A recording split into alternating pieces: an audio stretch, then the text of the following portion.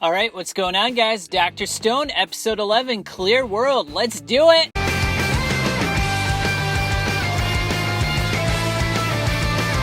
All right, so in this episode, we got a lot going on, so let's get right into it. We understand that Suika, the little boy or girl who's got the little green watermelon on her head, can't see very well. She takes off her little helmet, and it looks like, she's got blurry vision, and she starts getting headaches. So Senku basically deciphers that, hey, she doesn't have proper vision. She doesn't have 20/20 vision, and the helmet is basically serving as a means to aid her vision. And the reason this is occurring is because, as Senku points out, it's due to the pinhole effect, in which, the small holes are allowing Suika's vision to be enhanced. It's a little more clear than it usually would, which is reducing the amount of headaches that she's receiving because she doesn't have to see things in a blurry fashion. And then Senku decides from there, like, hey, let's make some glass so that we can make Suika some glasses. That'll help her vision, and as a result, we can build some chemistry equipment that'll help us with our science, which is basically a necessity at this point. He needs beakers and such so that he can mix various chemicals and make other inventions in the future.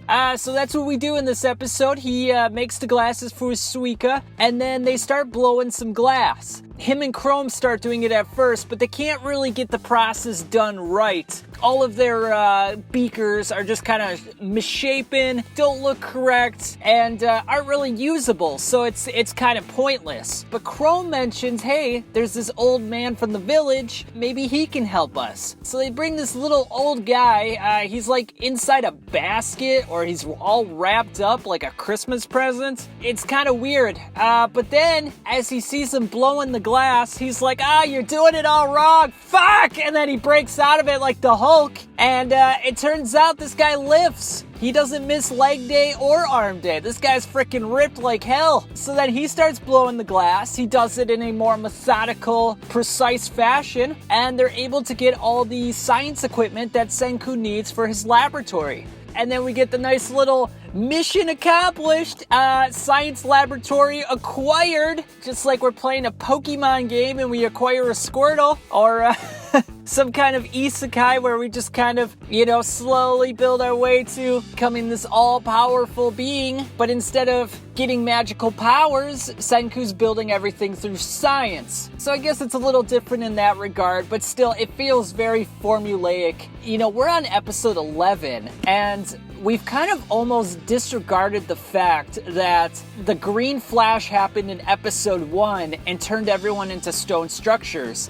It's not even really about saving the people anymore. It's more so just building up Senku's scientific revolution, if you will, so that he can surpass humanity. I mean, he says at the end of the episode, not only does he want to get to the point where humanity was when everyone got turned into the stone structures, he wants to surpass it in his lifetime. I mean, it took, 2 million years for them to get to that point, and him alone, he believes that he has enough knowledge contained within his head and enough resources within the town, in Kohawk's village, that he should be able to do that. I mean, it's just, when you think about it, it's just absolutely absurd. Not only do you have to have the knowledge to rebuild this civilization, but you have to have certain infrastructures in place. You need large masses of people, not just like a little town of people. The reason we're able to build freaking spaceships that go into space, or submarines, or airplanes, is because you have a lot of people contributing to that. Not only just a lot of people who are building it, but all the science that goes into it, all the research and development, the trial and error. I mean, yeah, they show a trial and error with Senku in the glass.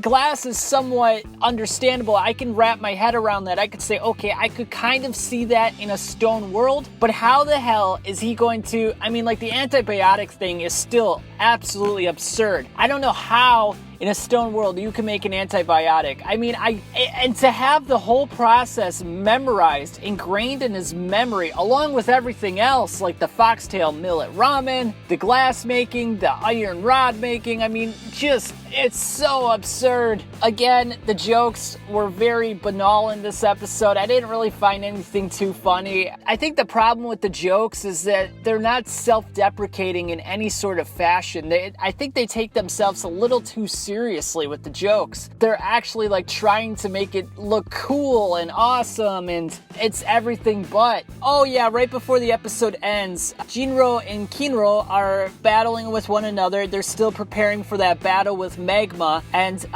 Kinro, or maybe it was Jinro, I can't remember, their names are so similar, wants a silver spear, and Senku basically tells him, okay, yeah, I can make that silver spear for you, but we have to acquire the most important thing to chemistry, and in the process, it may result in you losing your life. So we kind of end on a cliffhanger, and that's really it on this episode.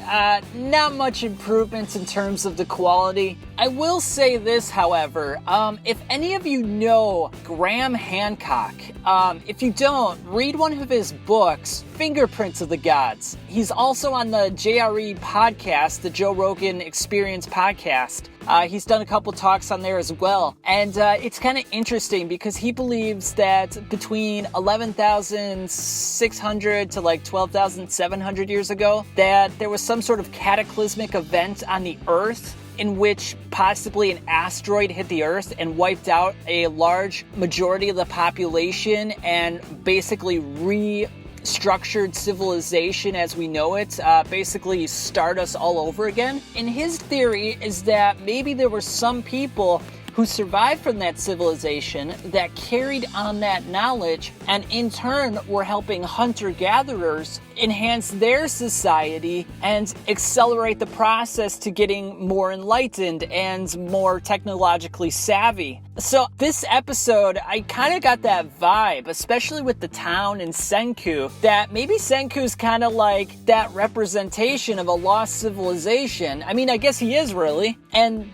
that's kind of maybe an homage to Graham Hancock's theory that he's slowly but surely getting them back to where he was. Now, I doubt one person could accelerate civilization that quickly. I'm sure it would take generations, if not centuries, for it to happen. But that is kind of interesting, and it got me thinking a little bit. So, you know, if you haven't seen Graham Hancock's work, definitely check that out. It's really interesting, and a lot of the stuff he said since the mid-90s has come true. You know, so it's sort of interesting in that regard. But otherwise, I still feel like the show is a big letdown, and I'm not enjoying it too much, but you know, it is what it is. We're in this far, so we might as well finish it, right? Until next time, catch you on the flip side.